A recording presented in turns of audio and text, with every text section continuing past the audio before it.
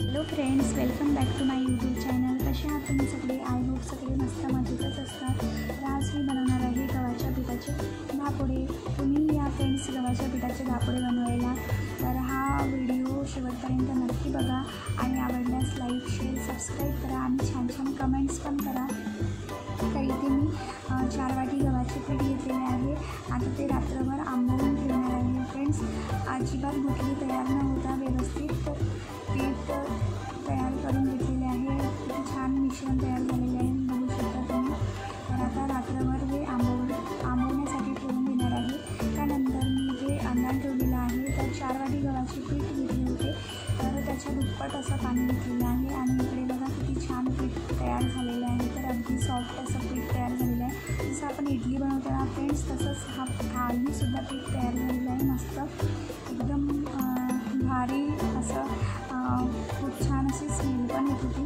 त्यानंतर मी धापोड्यामध्ये टाकणार आहे तीळ टाकणार आहे, ओवा, चवीपुरते मीठ, तिखट आणि जिरा.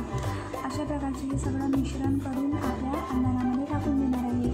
आणि त्यानंतर वरून तेल पण टाकून एक उकळी येऊ देणार आहे. फ्रेंड्स, तुम्ही असेच धापोडे बनवत असता का?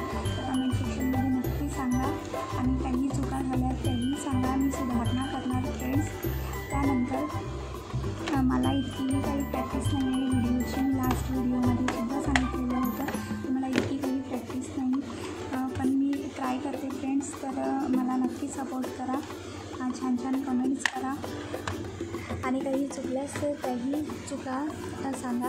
तर आज मला फटाफट जायचं होतं, पापड बनवून सगळे कामं आवरून डुबूची हेअरकट पण करायला जायचं होतं. त्यानंतर मी जे टाकलेलं आहे आपले आंबवलेले पीठ, तर आता छान उकळी येऊ देते पिठाला. 20 ते 25 मिनटं तरी शिजवून देते. तर जर पीठ व्यवस्थित शिजले तर आपले धापोडेही व्यवस्थित बनणार आणि जेव्हा आपण काढतो तेव्हा पण ते छान निघणार, तुटणार नाही. तर मी असे छान 20 ते 25 मिनटं तरी शिजवून घेतलेले आहे. त्यानंतर आता मी फटाफट कामं आवरून घेणार आणि डुबूला सॅलिंगमध्ये घेऊन जाणार. त्याचे खूप हेअर्स वाढलेले आहे, त्याला खूप गरम होते, तर त्याच्यामुळे त्याची हेअरकट करणं खूपच गरजेचं आहे. तर इकडे बघा किती छान शिजवत आहे. तर आपले ते खूप छान अशी उकळी येईपर्यंत त्याला छान शिजवत आहे.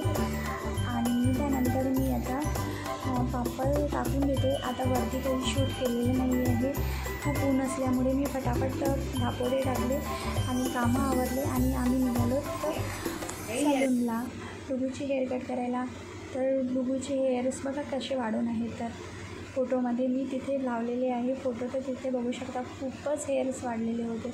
बघा इकडे डुबूला मी हाय करत म्हणत होती, तर हाय तो करत होता.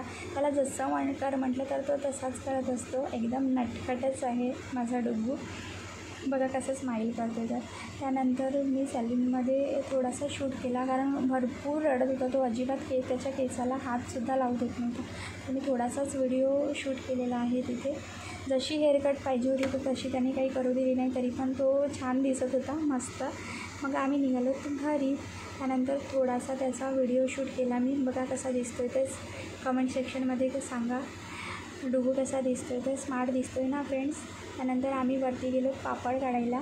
तर डुबू बघा कशी ॲक्टिंग करत होता. तर आजोबाची खूप अशी ॲक्टिंग करत असतो तो. तर तुम्हाला व्हिडिओ आवडला तर नक्की लाईक, शेअर, कमेंट करा, सबस्क्राईब करा. चला भेटूया दुसऱ्या व्हिडिओ.